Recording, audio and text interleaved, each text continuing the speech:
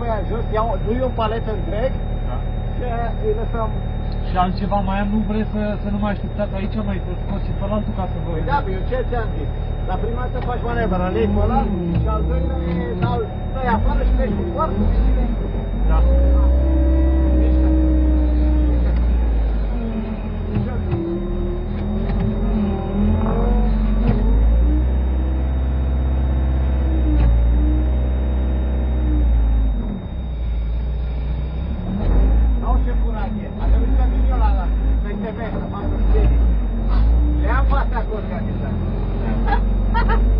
Asta e, la aia mă gândeam și eu cu filmatul.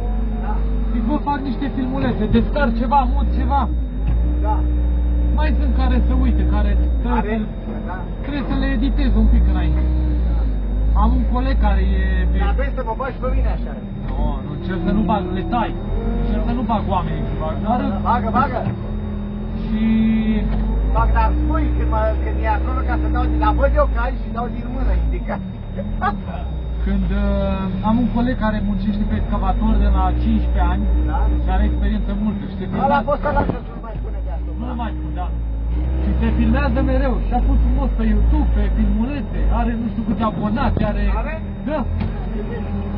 Cât, dar nu e pe Bulldog. Dar lucrează băiatul ăla... Care de meserie. Da, exact. Te uiți de drag. Te uiți de drag la ei. Da. Așa e. Mai ales că face schiviți. Mai gândiți-vă, o sunt camere de la de piept, unde mai duceți, mai faceți, poate ajute pe cineva. Da. Fiecare cu ce se pricepe, de-aia zic.